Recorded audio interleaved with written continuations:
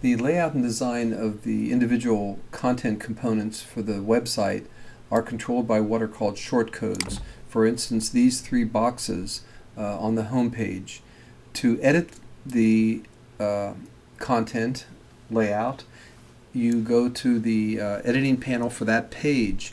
You can go there. If you're logged in as an administrator, you'll have an administrator bar along the top, or you can go through the administrative panel by clicking Pages and then going to that page title. In this case, it's called Front Page, but I'll click Edit Page here since we're on it.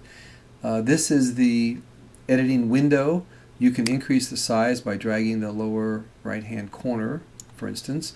Now, when working with shortcodes, I would stay in the text format as opposed to the visual format, because the shortcode could show up as text content to the user as opposed to performing its layout function if you enter it with the visual format. So in the text format now, those three boxes that we saw on the home page are bound on either side by a tag. The opening tag is called content boxes. That's plural, all lowercase, open and closed with square brackets.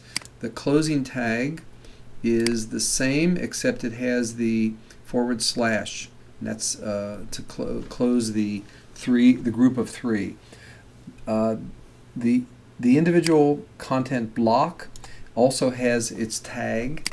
The tag is singular, content (box) with a number of parameters. The parameters are title, which would be the headline, image, which would be a link. In this particular example, there is no image. The link is actually the link then to the additional content.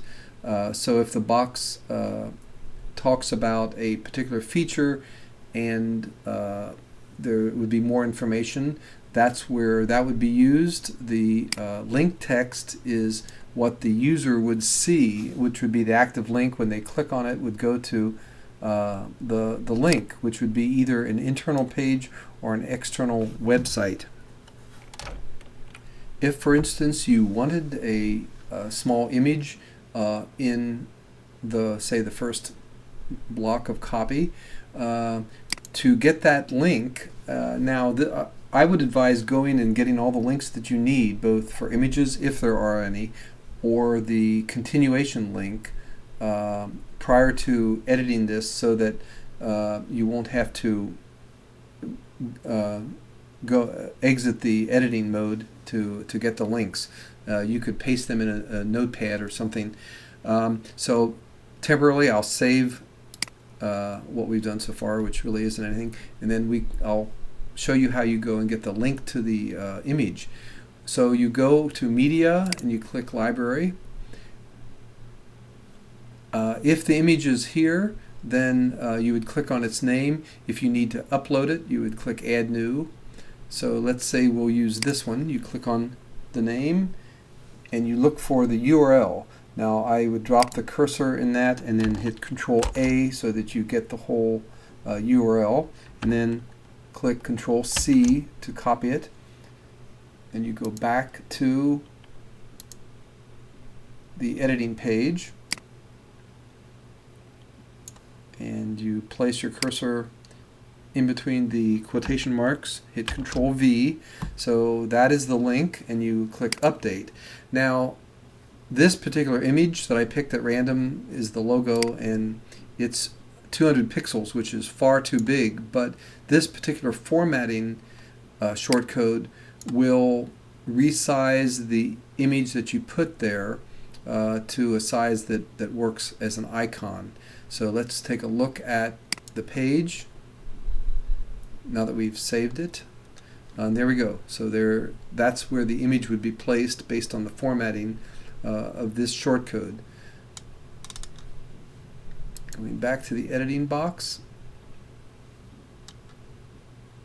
don't forget to always click Update after you make a change. I'm going to remove this link to the image to show you that it goes back. Okay, it's gone. I click Update. I click either this view page or that view page, it doesn't really matter. And then we go back and the image is gone.